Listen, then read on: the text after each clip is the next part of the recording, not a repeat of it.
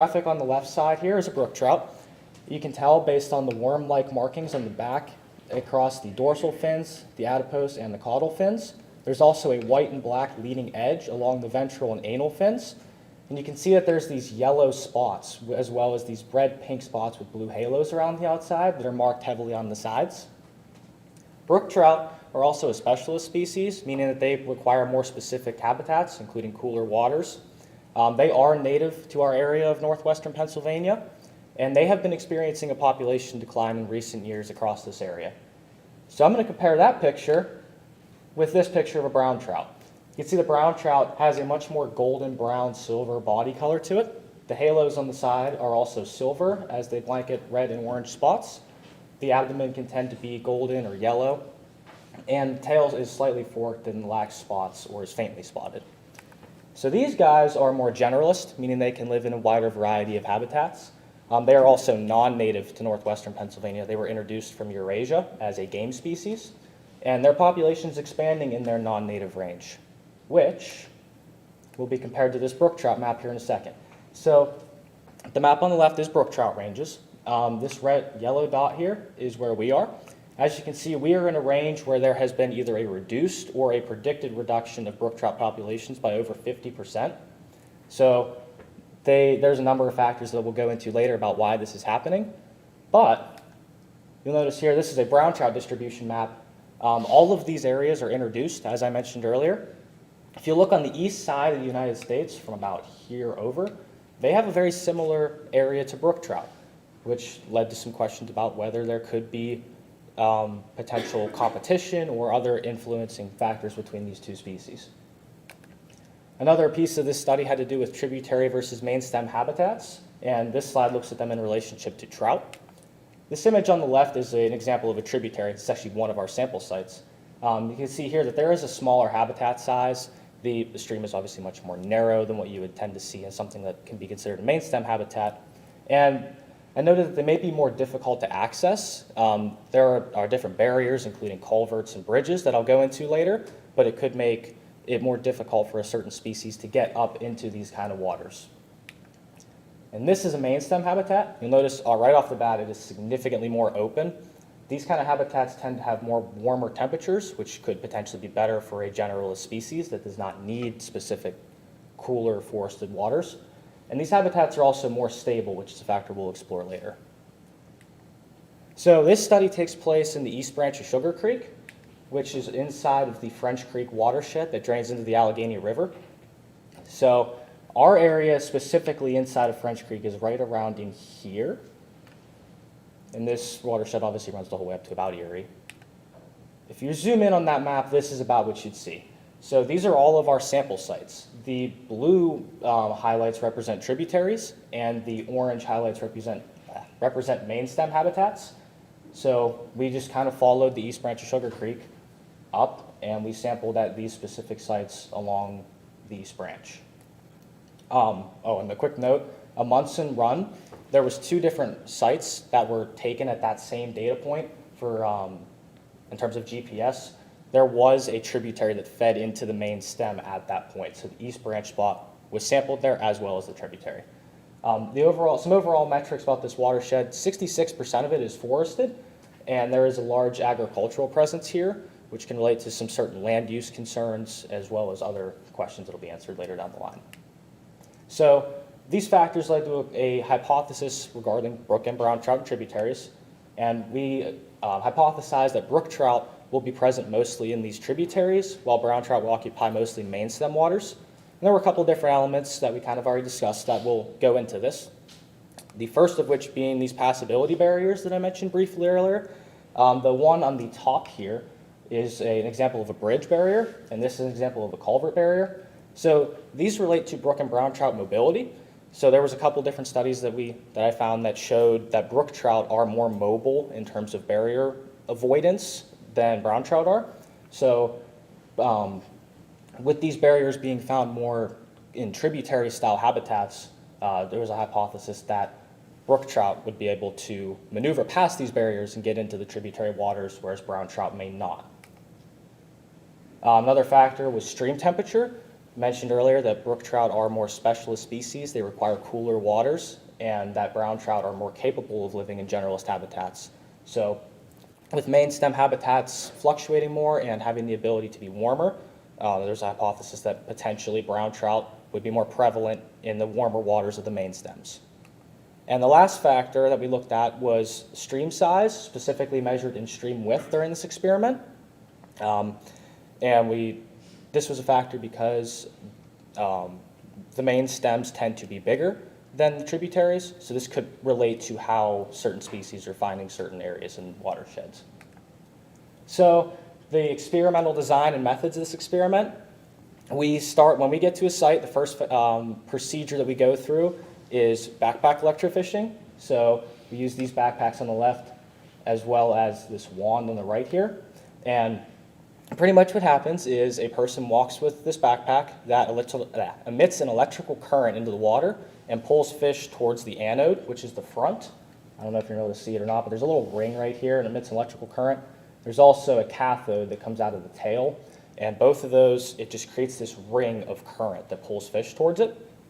So somebody carries the backpack with the current, and there's also some netters that come with to net the fish whenever they surface, and there's a person with a bucket who will hold the fish until we are ready to identify them, which occurs after a 100-meter stretch of stream.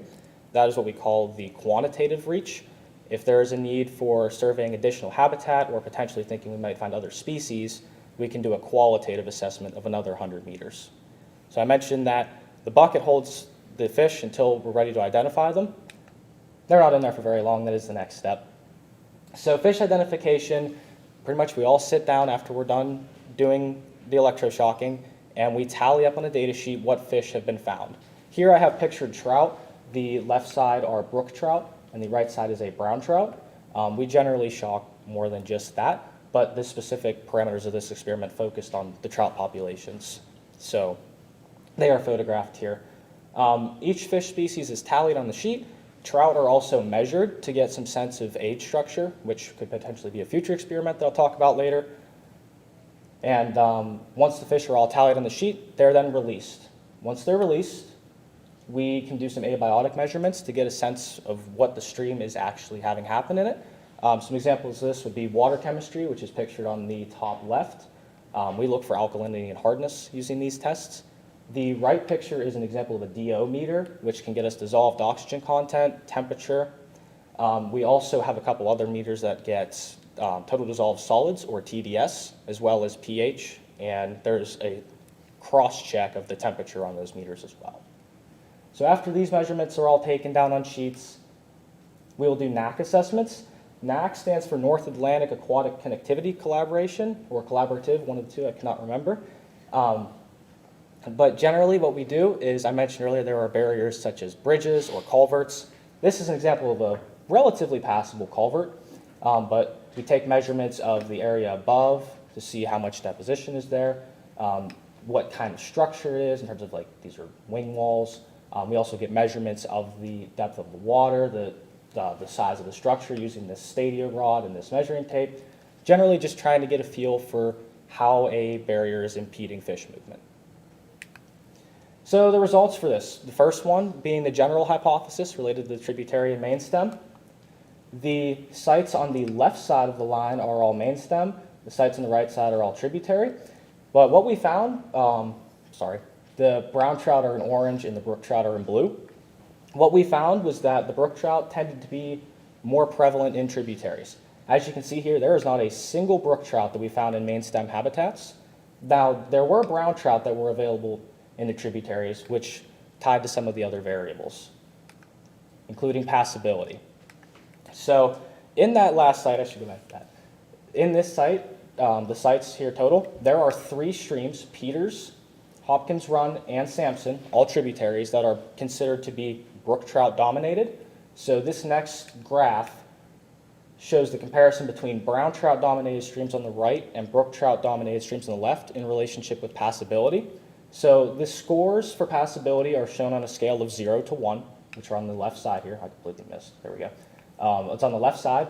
As you can see here, the brook trout streams have a much lower passability score than the brown trout streams, which would indicate that potentially either brown trout cannot get into these streams or that brook trout just prefer them. Another variable we looked at was the stream temperature. This graph is formatted very similarly to the last one, with brown trout dominated streams on the right, brook trout dominated streams on the left. And what was seen here is that there was about a degree Celsius difference between the brown and the brook. The brown trout were in the warmer streams, whereas the brook trout were in the cooler streams. And the final factor we looked at was stream width. Same format here with the brown trouts on the right, the brook trouts on the left. And there is almost exactly a meter difference in average width in these streams, with the brown trout preferring the larger streams and the brook trout preferring the smaller streams.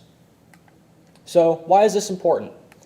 Well, brook trout are relatively important. They are what we call an indicator species, so they're very useful in showing general watershed health, as well as making inferences about other species and how they might be impacted by what is happening in the world, which is the second bullet here with global alterations.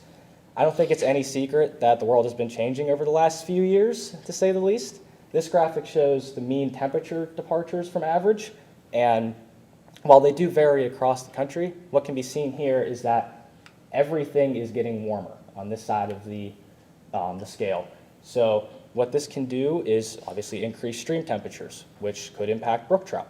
So this raises important concerns as to what do we preserve, how do we best help these trout, which has become a growing concern quite around the country. This specific chart right here is a conservation strategy provided by Trout Unlimited for the East Branch of Sugar Creek, which is where our research was done. So our stream is actually considered low priority. This assessment found that there were other streams nearby, including Woodcock Creek, which is right in here, that were of higher value and needed more assistance.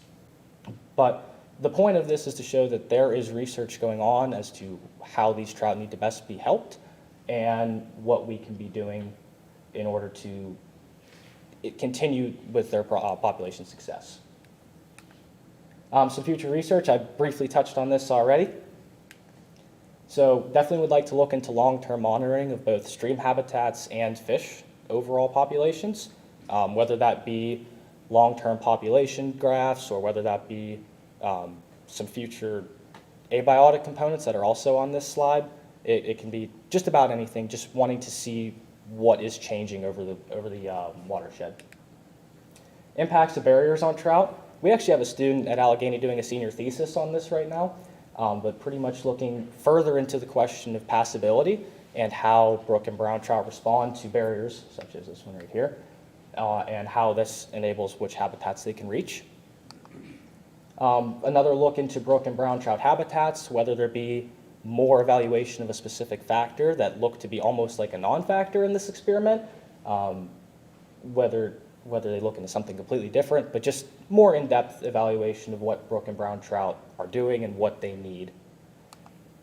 And stream changes by season, which we have also started. We deployed temperature loggers at some of these sites to look at temperatures over the course of a specific time period. Our research was all done over the summer and fall, so streams were probably at their warmest. So we were curious to see whether tributaries would get colder and there'd be more variability over the course of this time.